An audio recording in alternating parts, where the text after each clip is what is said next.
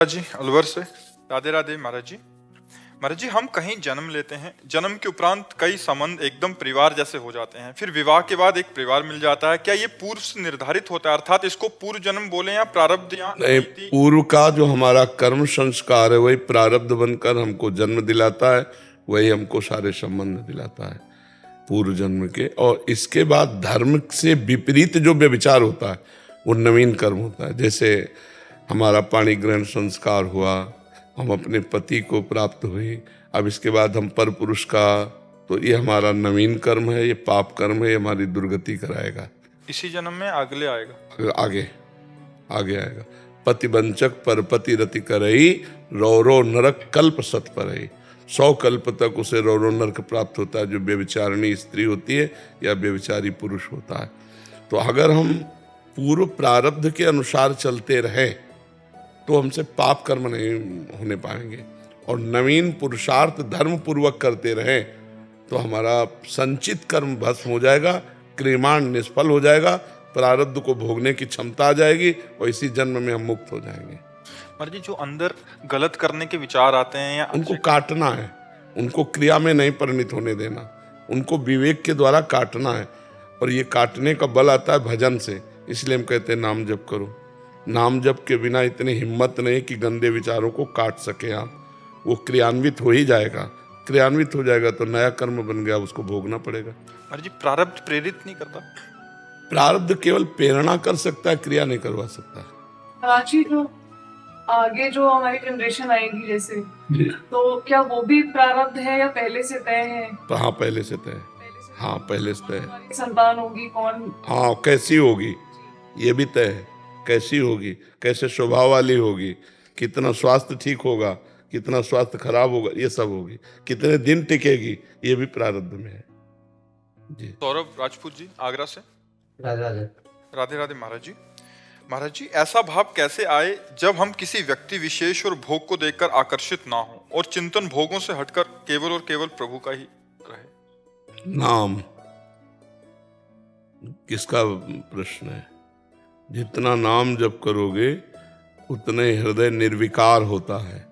निर्विकार पवित्र हृदय कहीं आसक्त नहीं होता। मलिन और विकारी हृदय छोटी छोटी गंदी बातों में, छोटी छोटी वस्तु, व्यक्ति, स्थान में वो आसक्त हो जाता है। जितना मलिनता होगी उतने आसक्ति बढ़ेगी जगत में, और जितने निर्मलता होगी उतने निर्विकारता बढ़ेगी, आसक्ति रहित जीवन होगा। ये सब भजन से होता है। विनिश्चितम बदामि ते नान्यथा वचांस में हरिम भजन्ति ये नरा बहुसागर तरंति ते। ये निश्चित बात तुम्हें बता रहा हूँ कि बिना भजन के संसार समुद्र से तरा नहीं जा सकता। बारी मथे घृत होए बरु, सिकताते बरु तेल, बिनु हरि भजन न भव तरी, या सिद्धांत पेल। तो भव तरने का तात्पर्य आसक्ति रहित हो जाना। कोई इच्छा नहीं है, किसी भी संग का कोई रंग नहीं चढ़ेगा। चाहे भोग सामने हो रहा हो तो भी अपने अंदर निर्विकारता रहे। ऐसी स्थिति भजन से प्राप्त होगी, दूसरे किसी से नहीं। खूब नाम जप करो, जो भगवान का नाम आपको प्रिय हो उस नाम को खूब जप करो। जप करते हो? हाँ, खूब जपो, मतलब डट के जपो, तब काम करेगा। हमारा हृदय जब इस नाम की गूंज से भर जाए, ऐसे करो तो कान में तुम्हें राम राम राम राम, तब जाकर काम बनेगा। जब अतिशय रगड़ करो तो 2 लकड़ियों के घर्षण से अग्नि पैदा हो जाती है, नहीं पैदा हो जाती। अरण्य मंथन उसे ही कहते हैं। जब हमारी जबान और राम नाम का घर्षण होगा तो माया भस्म हो जाएगी, ज्ञानाग्नि प्रकट हो जाएगी, सब निर्विकारता आ जाएगी। पर ब्रह्मचर्य, नाम जप, पवित्र आहार, सद्व्यवहार, ये होना चाहिए। अगर हमारा व्यवहार गलत है तो नाम जप का प्रभाव नहीं बन पाएगा। हम व्यभिचारी है तो नाम जप का प्रभाव नहीं बन पाएगा। हमारा आहार गलत है तो नाम जप में रुचि नहीं हो पाएगी। हमारा व्यवहार शुद्ध हो, आहार शुद्ध हो, आचरण शुद्ध हो, नाम जप करो, अभी निर्विकारता आने लगेगी। पर डट के करो लंबे समय तक। सातु दीर्घकाल निरंतर सत्कार सेवितो दृढ़ भूमि। लंबे समय तक आदर पूर्वक खूब नाम जप किया जाए तो दृढ़ भूमि, हृदय में दृढ़ता आ जाएगी। ऐसे जैसे मल के प्रति कोई आकर्षण होता है क्या? मल के प्रति किसी का आकर्षण होता है तो मलमूत्र के द्वारों पर आकर्षण क्यों हो रहा है? मलिनता, हृदय की मलिनता। और है क्या? क्या है? दुर्गंध युक्त घृणित पदार्थों को फेंकने वाले द्वार हैं, मलमूत्र के द्वार ही तो है शरीर में।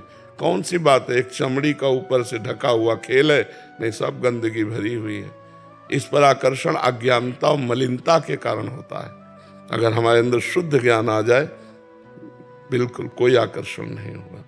तो हम निरपराध रहें, हमारे द्वारा कोई पापाचरण न हो, हम अच्छा पवित्र भोजन भगवान को अर्पित करके करें, कोई नशा न करें, दूसरे के साथ असत व्यवहार न करें, दूसरे को पीड़ा देने वाले वाक्य न बोले, दूसरे को पीड़ा देने वाली शरीर से क्रियाएं न करें। बस आनंद आ जाएगा। देखोगे आप अध्यात्म की चढ़ाई पर चढ़ने लगे। समझ पाए? हरनीत सिंह जी,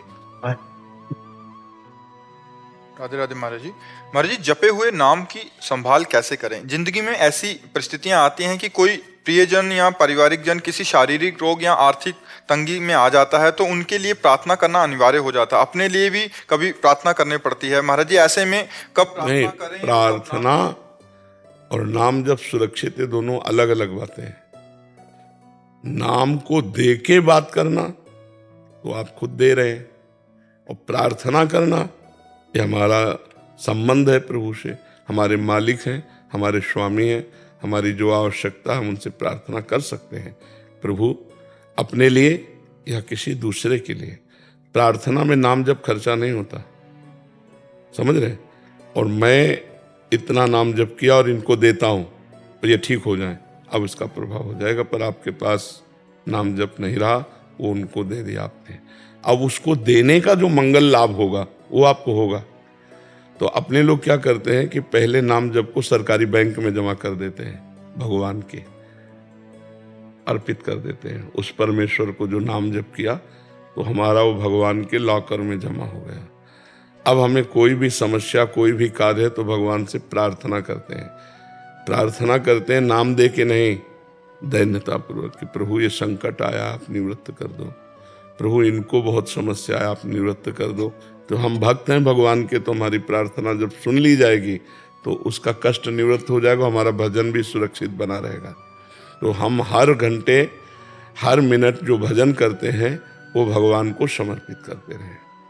जो भगवान का नाम जप करते हो उन्हीं भगवान को क्या कहना पड़ेगा कि मैं अंदर से कि हे भगवान, ये 2 घंटे जो नाम जप किया वो आपको समर्पित करता हूँ। वो भगवान की बैंक में गया। जब हम किसी को ये अभी 2 घंटे जो नाम जप किया, इसके फलस्वरूप ये ठीक हो जाए, तो अगर उसको 50 घंटे नाम जप की जरूरत है तो ठीक नहीं होगा, आपको और करते रहना होगा। और जब वो 50 घंटे उसका हो जाएगा वो ठीक हो जाएगा। तो अगर हमने अपने नाम को भगवान के बैंक में जमा कर दिया तो दियम वस्तु गोविंदम तुभ्यमेव समर्पयामि। हे भगवान, आपकी कृपा से जो भजन हुआ ये मैं आपको समर्पित करता हूँ। अब इसके बाद इनके लिए या अपने लिए जो प्रार्थना करनी, प्रभु हमें अमुक समस्या है, अगर आप कृपा करो इसे ठीक कर दो, तो हमारा भजन सुरक्षित रखा हुआ है, हमारी प्रार्थना से वो ठीक हो गया। ठीक है ना जी। यश जी, दिल्ली से। राधे राधे गुरु जी। महाराज जी, गुरु बनाने के बाद भजन सिमरन करना जरूरी है? गुरु मिलने के बाद हमें बाहर वाली पूजा पाठ करना जरूरी है? भीतर वाली कर लो, अगर भीतर कर सकते हो। गुरु बनाया क्या है? आर्मी के बाद, आर्मी में भर्ती होने के बाद गोली चलाना आवश्यक है? ऐसा प्रश्न बनता है क्या? मतलब मेरे पेरेंट्स ने कहा था कि जैसे अब इन्होंने गुरु बना लिए, जैसे अब नवरात्र आते हैं तो ये व्रत नहीं रखते और जैसे प्याज खा लेते हैं, तो इनको वो पाठ तो नहीं चढ़ेगा। जैसे गुरु तो इनको कहते नहीं ऐसे करने के लिए। तो आप अपना प्रश्न कर रहे हो या अपने परिवार का? मेरे परिवार की तरफ से प्रश्न है क्या परिवार की तरफ से? कि जैसे उन्होंने गुरु बनाए अपने, हाँ। और जैसे अब नवरात्र आते हैं तो हम व्रत नहीं रखते और प्याज का सेवन भी कर लेते हैं, पर हमारे गुरु ऐसा कहते हैं नहीं कि प्याज छोड़ो और व्रत रखो, तो मैं कहीं उसका पाप तो नहीं लगेगा? गुरुदेव ने वो सिद्धांत बताया नहीं इनको कि प्याज लहसुन छोड़ना चाहिए, व्रत रखने चाहिए, बट ये रखते नहीं है और प्याज लहसुन का भी सेवन करते हैं। तो ऐसे में क्या अपराध लगेगा शिष्य को? आपको चाहिए कि गुरु बनाना, गुरु उसी को बनाए जिसको सम्यक ज्ञान हो, सिद्धांत का उपदेश। केवल कंठी बंधाना गुरु थोड़ी होता है। हमारी दिनचर्या कैसी चलनी चाहिए, हमारा खान पान कैसा, हमारा उठना बैठना बोलना कैसा होना चाहिए। अगर ये नहीं तो गुरु का मतलब क्या? केवल कान फूंक देना, कंठी बांध देना, मनमानी आचरण करो तो तुम्हारा कल्याण हो जाएगा क्या? नाम जब तुम करते हैं कि जैसे तीर्थ स्थान पे जाना ये जरूरी है या नहीं है? बिल्कुल जरूरी है, क्योंकि हमको जैसे हम तीर्थ स्थान जाते हैं तो हमको मंगल में पवित्र परमाणु मिलते हैं, उन्हीं के बल से तो हम भजन करते हैं। हम पवित्र भोजन करते हैं तो हमारे विचार पवित्र रहते हैं। हम पवित्र संग करते हैं तो हमारा पवित्र आचरण होता है। क्योंकि हमारे ये आचरण बने रहे तो नाम जप का मतलब क्या रहा? हमारे इन आचरणों का त्याग हो और हम अच्छे आदमी बने, हम दूसरों का मंगल करने वाले बने, हमारे विचार सबको अनुकूल पड़े, तब तो बात समझ में आती है। तो हमें लगता है गुरु तभी बनावे जब हम अपने आचरणों को बदलने की भावना रखें। यदि आप अच्छी बातें यहाँ सुन रहे हैं और अपने जीवन में धारण करें तो हो गया ना गुरु मंत्र, कि हमको एक बात वहाँ से मिली, एक बात वहाँ से मिली, एक बात वहाँ से मिली, तो हम सब संतों की बातें जोड़ते तो हम खुद संत बन जाएंगे। अच्छी अच्छी बातें ग्रहण करना ही तो गुरु की बनाने की बात है। गुरु के मुख से अच्छी बातें सुनना, गुरु के मुख से भगवान की बातें सुनना, नियम की बातें सुनना, मंत्र सुनना, नाम सुनना, हो गया गुरु का संबंध। अब केवल नाम जप करने की बात को तो पापवंत कर सहज स्वभाव, भजन मूर्ति भाव न काओ। जो गंदा भोजन करेगा, पापाचरण करेगा, वो भजन नहीं कर सकता और ड्रामा करता है। नहीं तो आप नाम जप करो और देखो गलत आचरण करके यदि आपका हृदय न जलने लगे तो हमें बताना। आपका हृदय जलेगा कि यार मेरे से क्यों हो गया, मैंने ये क्यों खा लिया, मैंने क्यों पी लिया, मैंने क्यों देख लिया, और रोएगा कि यार भगवान मेरे को सामर्थ्य दो कि आगे से मेरी गलती ऐसी ना हो। समझ पा रहे हो आप? तो ये बात। निशा शर्मा जी हरियाणा से। महाराज जी, वैसे तो मुझे अपने सारे प्रश्नों के उत्तर आपके वीडियोस देखकर मिल गए हैं गुरुजी, फिर भी एक प्रश्न मन में आता है कि पाप शरीर नहीं करता, विचार करते हैं। और नहीं, विचार नहीं करते। विचार का कोई पाप नहीं है, क्रिया का पाप है। कलिकर एक पुनीत प्रतापा, मानस पुण्य होए और नहीं पापा, नहीं पापा। अगर विचार ही केवल है और वो क्रिया रूप में परिणित नहीं हो पाए तो पाप नहीं लगेगा। तो आपका जो अधूरा इसमें है वो ये है कि विचार का पाप होता है, क्रिया का नहीं। विचार का पाप नहीं होता, क्रिया का पाप होता है, विचार का नहीं। जी, जैसे नदियों में नहाते हैं लोग, गंगा में, प्रयागराज में, तो वहाँ पे जैसे पाप धुल जाते हैं। प्रश्न मेरा पूरा यही था कि शरीर जैसे धो के आते हैं वहाँ पे, लेकिन फिर भी पाप करते हैं आगे, तो पाप धुल जाता है उसमें। देखो, इसमें ये देखना है कि अगर हाथी स्नान किया और फिर धूल डाल लिया तो उसके स्नान का महत्व क्या रहा। अगर गंगा स्नान किए फिर आकर के पाप किए तो क्रियाएं ही तो ना, गंगा स्नान भी एक क्रिया की, अच्छी पवित्र क्रिया, और इसके बाद गंदी क्रिया मतलब फिर धूल डाल लिया, तो लाभ क्या मिला? उनकी बुद्धि भ्रष्ट है। वो भ्रष्ट बुद्धि के लोग हैं जो सत्कर्म करके फिर असत्कर्म करते हैं। यदि आप गंदे आचरण करोगे, गंदा व्यवहार करोगे, गंदा चिंतन करोगे, तो अब फर्क क्या पड़ा आपका और उस नीच आदमी में? तो नाम जप का प्रभाव कि वो सब रोक दो। गंगा स्नान का प्रभाव है कि गंगा जी को प्रणाम करो, नियम लो कि आज के बाद पापाचरण नहीं करूंगा, फिर तो बात बन जाएगी। अब क्रियाएं करो तो क्या मतलब है? जी, आपने कहा था कि 24 घंटे में अगर एक घंटे में भी एक बार राधा नाम ले लो तो आपका वो पूरा राधा नाम पूरा हो जाता है। अपने उसमें हर बेटी भी 1 घंटे में एक बार राधा नाम ले लेते हैं, याद दिला देते हैं गुरु जी एक दूसरे को याद। बिल्कुल बिल्कुल, आप ऐसे अभ्यास करोगे तो कई बार राधा नाम आने लगेगा और धीरे धीरे वो हर समय छा जाएगा। महाराज जी, एक और इसमें प्रश्न था, बाहरी पवित्रता का भी आंतरिक मन पे प्रभाव पड़ता? क्यों नहीं प्रभाव पड़ता? अभी तुम्हें दुलार करके भगवान की प्रसादी माला पहनाए तो माला पहनाया शरीर पे, लेकिन आनंद हृदय पे पहुंच जाएगा? नहीं पहुंच जाएगा। तो जो हम क्रिया करते हैं उसका हृदय पर प्रभाव पड़ता है, कनेक्शन है ना, उसका हृदय पे प्रभाव पड़ता है। अच्छी या बुरी क्रिया का अंतःकरण पे प्रभाव पड़ता है। अच्छी क्रिया, देखो अभी आप सत्संग सुन रहे हो, आपको कैसा महसूस हो रहा है?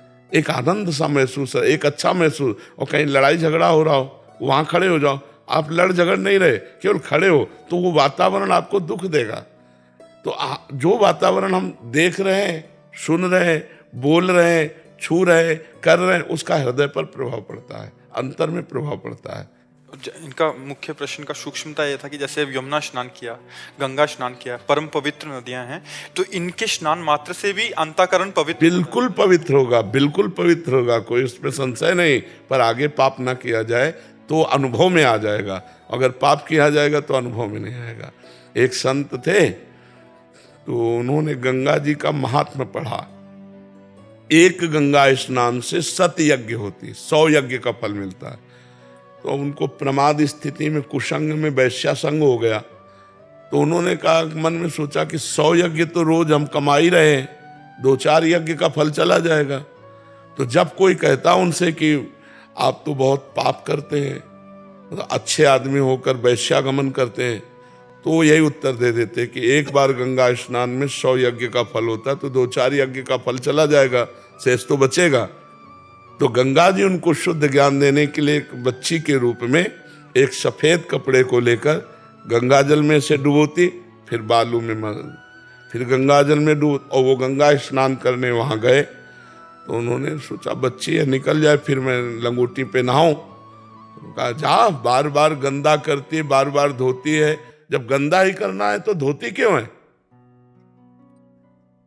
तो उस समय कपड़ा गंदा था, क्योंकि ऐसे जल में डुबोया और फिर बालू में ऐसे ऐसे कर दिया। तब कहा, ये प्रश्न तू अपने दिमाग में डाल कि तुझे यदि गंदा ही करना है तो धोने क्यों आता है? अगर धोता है तो गंदा क्यों करता है?